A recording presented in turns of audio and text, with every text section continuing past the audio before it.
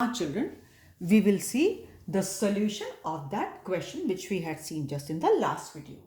So in short, the question is 1 mole of N2 combines with 3 moles of H2 to give you 2NH3.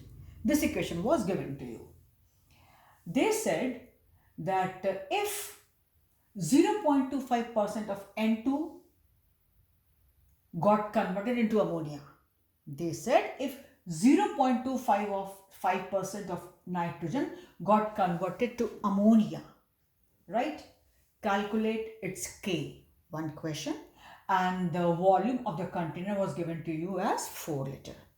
And second part was calculate K for this reaction also, means when the equation divided by half. Now, so we'll first write the equation N2 plus 3H2 gives you 2NH3. They are saying 1 mole of this was mixed with, combined with 3 moles of H2. And initially children, it will be 0 moles, 1 mole, 3 moles, 0 moles. Now, they said 0.2% of N2 got converted to ammonia. It means this N2 is consumed 0.25%. So when it is 100, it is 0.25. So if it is 1 mole, what will be the amount that got consumed? 0.0025. It means your X to be used here is 0.0025. 0.25% or this is the value, right? You see 0.25 upon 100 because they are giving you 0.25% per 100. Here we have 1, so we have to go actually what will the value if it is 1. So for 1 it will be, you can understand, this is the percentage, it will be 0.0025. This is percentage or this is without percentage for 1, right?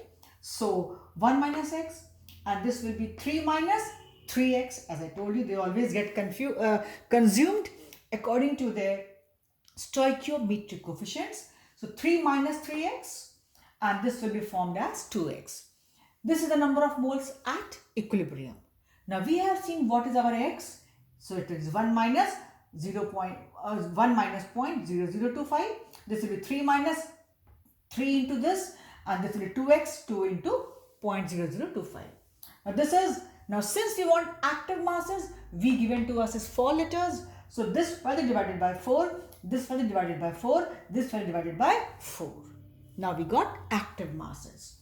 So this is nearly 0.25, this is nearly 0.75 and this is nearly 1.25 into 10 to the power minus 3. Right children? This is how we got this simplified after calculations. So these are our active masses at equilibrium. Now they want K. K we always know P upon R, product upon reactant. Now I need not write the formula, right? Or if you want, you write P upon R. So it would have been, K would have been active mass of NH3 whole square upon active mass of this, if at all you want. So this would have been active mass of NH3 whole square. So this is active mass of NH3 whole square upon active mass of N2 into active mass of this H2, which is here, whole cube, because 3 is the stoichiometric coefficient. P upon R. This is your P which will go with the square and this is your R. This N2 active mass will be with power 1, so we don't write 1. And this is H2.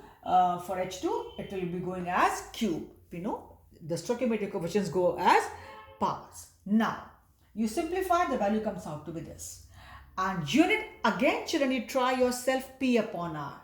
So you will get the same unit. It will be liter square upon mole square. Or say liter per mole to the power 2. Or liter square per mole to the power 2. Or you could have even said liter per mole whole square. Same thing. Then they are asking calculate K for even this reaction also.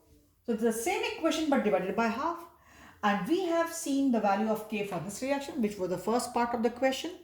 So if I want K for this reaction, I told you, I gave the point earlier to, if any equation is multiplied by any number, then the value of K for the new reaction after that multiplication with any number is equal to the K of the initial original reaction raised to the power with the number with which it has been multiplied. So it was half. So whatever K I had, my K is here, this is K here. Let me say it, let me call it as K1 if you want. So this is K1. So this K1 is equal to this. So if you want K2, K2 will be K1 raised to the power half. A half means under root, and that's the value, you get it. So this concept was with you, but how to use, what will be the language of the question I gave you. They said there's a reaction when 1 mole of N2 was allowed to combine with 3 moles of H2 in a container of 4 liters, right?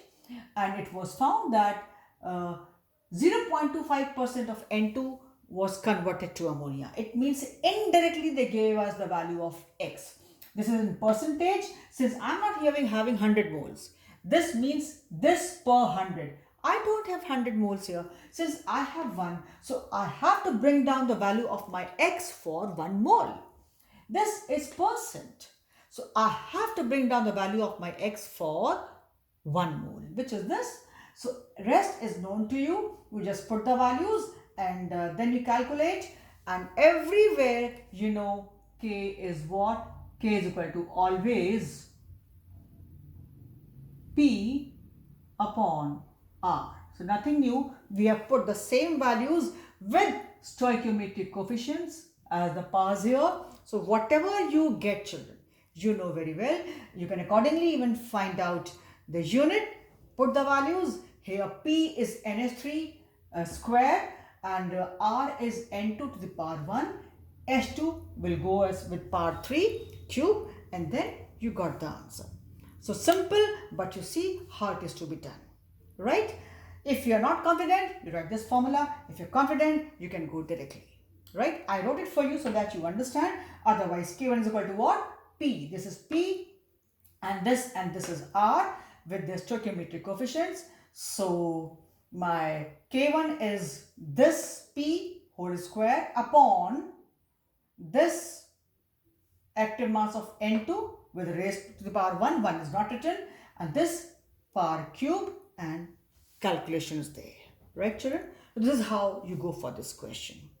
I hope it is clear. You will, and for this unit you don't have to mug up. You will find, you will get it. This calculation you will have to do, you will get it. For this you can see, if it was liter square mole to the power -2, certainly it will be liter per mole, because you see the whole thing is under root of that. So you see it is there. So for this video we stop here.